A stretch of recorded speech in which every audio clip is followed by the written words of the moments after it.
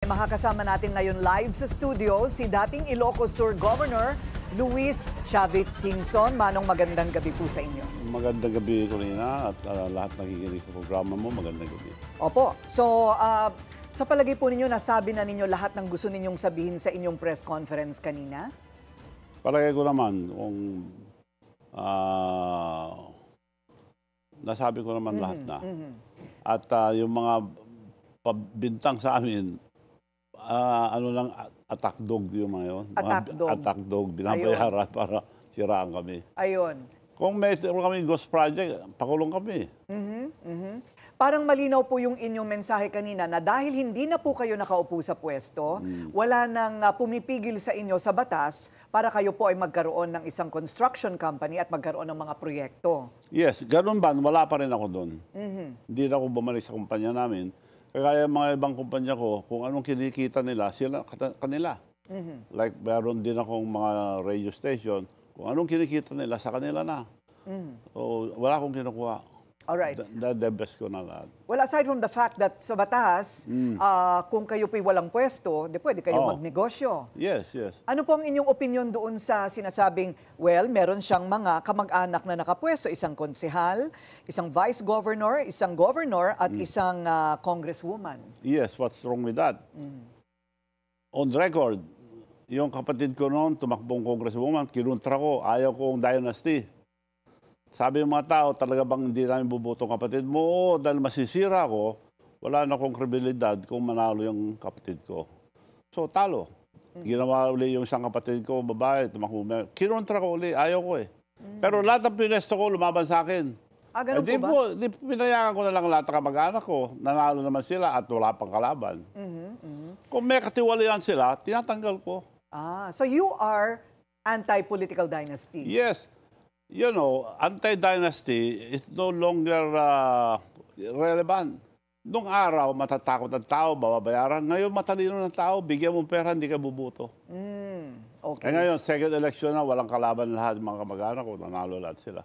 Walang kalaban yung governor, walang kalaban yung vice governor, walang kalaban yung mayor, walang kalaban ng mga board members. Dahil contentong tao, naglilingkod kami, tinutulungan na yung mga farmers at negosyante. Okay, kasi kung hindi na maboboto ang Singson dyan sa inyong Yes, lugar. of course. Okay, pero ito pong mga sinasabing proyekto na sa ilalim po ng SATRAP, yung inyong pong construction company, wala pong kinalaman yung pagkakapanalo po ninyo sa dapat ay bidding doon sa mga nakapwesto ninyong mga kamag-anak? Hindi. Hindi kami kumukuha doon sa funded by the province. Sa national government yun. Iyon. Kasi local sila at hiwalay yun sa national project. Hiwalay.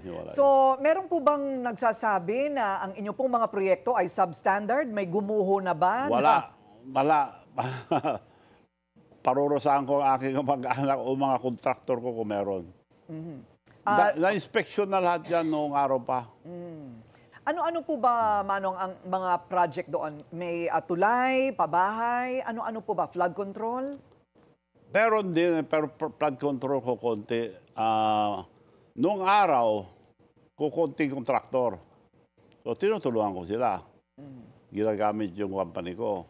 Pero ngayon, napakarami na. Ibig sabihin, hindi ako gahaman. Binibigay namin sa lahat. Sa kaya dami ng kontraktor sa amin. Titignan mo listahan ng public works highways, napakarami kontraktor. So, yung sa inyo po ay parang 62 proyekto ang tinutukoy, ano po? 10 taon na raw yun. 10 taon yun. Inipon nila, nakasungkit daw ako ng 2 bilyon. Eh, maliit yung 2 bilyon kung 10 taon. Eh sila, isang project lang, 1 bilyon na eh. Correct, oo. So 10 taon na yung pagitan ng panahon na yun, I see. So I'm very sure na attack dog yung nagbigay dito para i-mention nyo, para pick upin ng iba. Uso po ngayon ang nagbabanggit ng malalaking pangalan. Basta mabanggit lang. Uso po ngayon yon, yung magbabanggit ng pangalan, basta mabanggit lang. Ang importante, mapatunayan na substandard o kaya may ghost project. Yes. So you're very confident there are no ghost projects? No ghost project. pakukulong ako kung may ghost project. Ayun, At okay. dapat makulong din mga takdog. Yung mga attack dog, opo, libel po yun. Okay, so ano po yung sinasabi ninyo na hamon naman kay Pangulong Bongbong Marcos? Wala akong hamon. Sinabi ko lang na parang Alzheimer siya. Dahil nilabas niya, mahiya naman kayo. Mga flood control.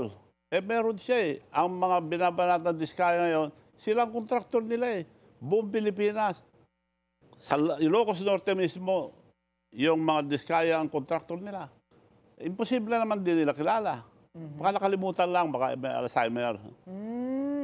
Okay, ulitin ko lang yun na ang mga Diskaya rin po... Ang kontraktor nila, Presidente, sa probinsya nila. Sa probinsya nila, ayun. So ang kailangan makita doon, kung totoo po yun... Yun ang unang imbestigahan nila dapat. Oo nga naman, nasa norte. Norte. From north to south. So uunahin na yon. Pero importante po ma-establish sa Manong, kung yung mga Diskaya projects in the north ay existing. Substandard Yes. or existing. Yes. Oo. Or ghost. Yes. Ayun. Okay. So, Kaya kanina, kung hindi multo yun, imbestigahan nila. correct, correct. So, you're also confident, so lahat po ng mga pagtutukoy sa inyo ay puro salita at walang patutunguhan? Wala po. At, attack dog, puro attack dog. Opo. It's natural in politics. Batuhan ng putik yan.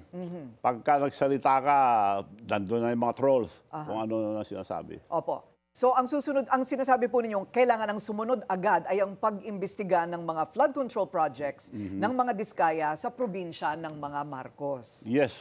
Ayon, okay. Meron po ba kayong hinala? Meron po ba kayong nalalaman na dinaanang mga congressman dyan po sa norte? Sa baluarte po ni Pangulong Marcos. Si Diskaya nga at saka yung bagong mayor ng Lawag, ang kontraktor nila na tinanggal nila yung pinsambu nila dahil ayaw makisama sa kanila. Si Michael Kion. Siya nagsabi sa akin nung nangangampanya na ako kay BBM, Manong, mark my word, they're just using you. We know the Marcoses, they'll just use you. Sabi sa akin, hindi ako maniwala eh. Ako, tinulungan ko ng gusto. Sinamahan ko all the way. After election, may Alzheimer ka ako, nakalimutan na ako eh. May ideya po kayo, bakit po sa palagay ninyo kayo po nilaglag o iniwan? O Hindi ko matindahan, ang aga. After the election, nagpunta sa Japan, ang dami namin sa presidential table, binati lahat. Sabi ni Sandro, yung anak niya, Dad, Manong Chavit is here. Ginanon niya eh. Kaya mga overseas workers sa Japan, ang bastos yung presidente niya, sabi nila eh. Wala akong kasalak, bagong upo lang siya. Wala po kayong ideya kung bakit? May Alzheimer. Nakalimutan siguro. Have you reached out to the president ever since he was elected? Ha? Have you reached out to him? Hindi na ako maka-appointment. Dinaanan ko na lahat yung mga private secretary na, appointment secretary nila. Wala. So, okay lang. So, pero ayaw ko sa lahat ng ginawa niya yung paghahamon sa China. China, sinabi nila noon, we never invaded any country, but Taiwan, we have to get it because it's ours. Sabi ng Amerikano, wag, laban tayo. Pagpunta ni BBM sa US, binalik ang mga bases. Ni Oy, binalik. Sinong bubugbugin? Tayo. Doon ako sumaman loob. Ipapahamak tayo eh. Ayun. Dapat neutral lang siya. Parehong kaibigan eh. China is our friend. China is our neighbor. Ang laki tinutulong nila. Ang negosyong papasok dito. Manong, kailangan ma-interview kayo ni Pinky Webb sa kanyang programang On Point sa ano naman yan, sa subject naman na yan tungkol po sa China. Maraming salamat po sa inyong panahon, si former Ilocos Sur Governor Luis Manong Chavit Singson. Thank you very much. Salamat po. Salamat po. Maraming salamat po sa inyo lahat.